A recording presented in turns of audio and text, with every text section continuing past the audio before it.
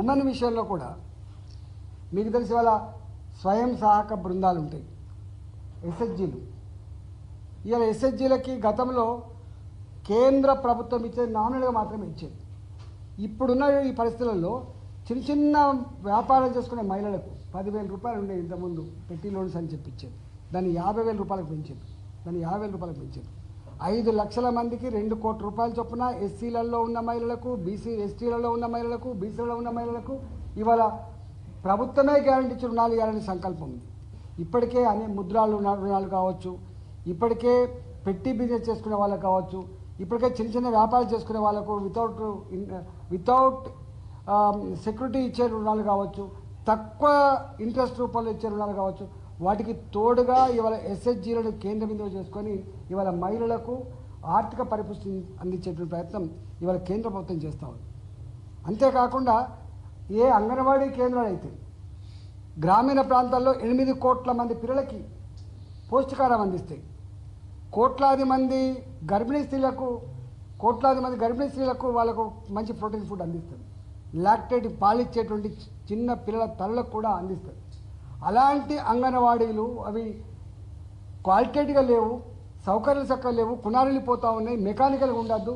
మన భారత జాతి పిల్లల్ని గొప్పగా పెంచుకోవాలి, తల్లుని గొప్పగా కాపాడుకోవాలి. దాంతో ఇవాళ వాళ్ళకి ఇచ్చేటువంటి సౌకర్యాలు ఏవైతుందో, వాళ్ళకి ఇచ్చే ఫుడ్ ఏదైతే ఉందో, అవి అక్కడ వాళ్ళకు ఉండేటువంటి ఇన్ఫ్రాస్ట్రక్చర్ ఏదైతుందో ఇవన్నిటి పెంచాలనే గొప్ప నిర్ణయం అవుతుందో ఇది గ్రామీణ ప్రాంతాల్లో ఉన్నటువంటి పేద పిల్లలకి, పేద మహిళలకి మరింత తోడ్పాటును అందించేటువంటి చర్యగా ఇది బ్రహ్మాండంగా ముందుకు తీసుకుపోద్దని చెప్పి భావిస్తా ఉన్నాం.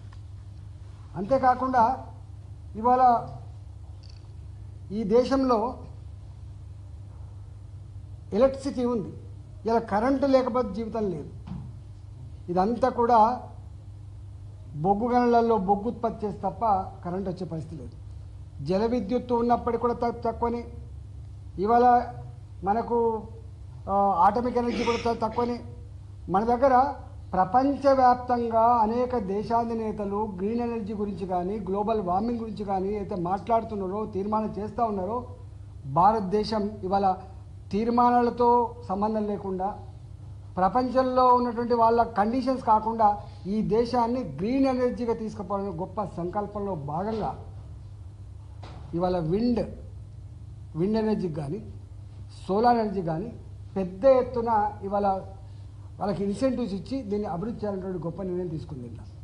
అంతేకాదు ఇవాళ ఢిల్లీ ఉంది, ఢిల్లీలో చలికాలం వచ్చిందంటే కొన్ని కార్లు బయటికి తీయాలి, కొన్ని కార్లు లోపల ఉండాలి, జనం బయటకు వచ్చే పరిస్థితి లేదు. ఇంత 4 కోట్ల పైచిలుకున్నటువంటి ఇక్కడ ఢిల్లీ వాసులు ఉక్కిరి బిక్కిరి అవుతూ ఉంటారు పొగతోటి. నాకు తెలిసి అత్యంత పొల్యూషన్ ఉన్నటువంటి నగరం ఢిల్లీ. ఇట్లాంటి నగరాల్లో ఇవాళ ఎలక్ట్రికల్ కార్స్, ఎలక్ట్రికల్ బస్సెస్, ఇప్పటికే ఎలక్ట్రికల్ మెట్రో వచ్చింది. దానికోసం ఇలా కొన్ని వేల కోట్ల రూపాయలు ట్యాక్స్ ఎగ్జెంప్షన్ ఇచ్చి ఇవాళ దాన్ని అవాయిడ్ చేసి ప్రజానికానికి మంచి మెరుగైనటువంటి వాతావరణాన్ని ఇచ్చి ఆరోగ్యాన్ని అందించేటువంటి గొప్ప నిర్ణయంలో భాగమే దీనిగా భావిస్తూ ఉన్నాం. మోడీ గారు 2030, 2047 వరకు అసలు బొగ్గుతో తయారయ్యేటువంటి ఎలక్ట్రిసిటీ కాకుండా టోటల్ గ్రీన్ ఎనర్జీ వైపు ప్రయాణం చేయాలనేటువంటి సంకల్పానికి ఇది పునాది వేస్తుందని చెప్పి నేను భావిస్తూ ఉన్నా. మేము చూస్తూ ఉన్నాం తెలంగాణలో బొందలగడ్డగా మారిపోయినాయి. బొగ్గు గనులు ఎక్కడైతే ఉన్నాయో అక్కడ బొందలగడ్డగా మారిపోయినాయి. కొన్ని వందల కిలోమీటర్లు భూగర్భ జలాలు అడుగంటిపోయినాయి, పొల్యూషన్తో పునారిల్లిపోతూ ఉన్నారు. మొత్తం ఎర్త్‌క్వేక్స్ వచ్చేటువంటి ఆస్కారం ఉంది. కాబట్టి ఇవాళ ప్రజల ఆరోగ్యాన్ని దృష్టిలో పెట్టుకొని, దేశ భవిష్యత్తు దృష్టిలో పెట్టుకొని ఇవాళ మనకు థర్మల్ ఎనర్జీ, మనకి బొగ్గుతో ఉత్పత్తి ఎనర్జీ కాదు ఇది కావాలని చెప్పే గొప్ప నిర్ణయాన్ని స్వాగతించకపోవడం నిజంగా బాధేస్తూ ఉంది.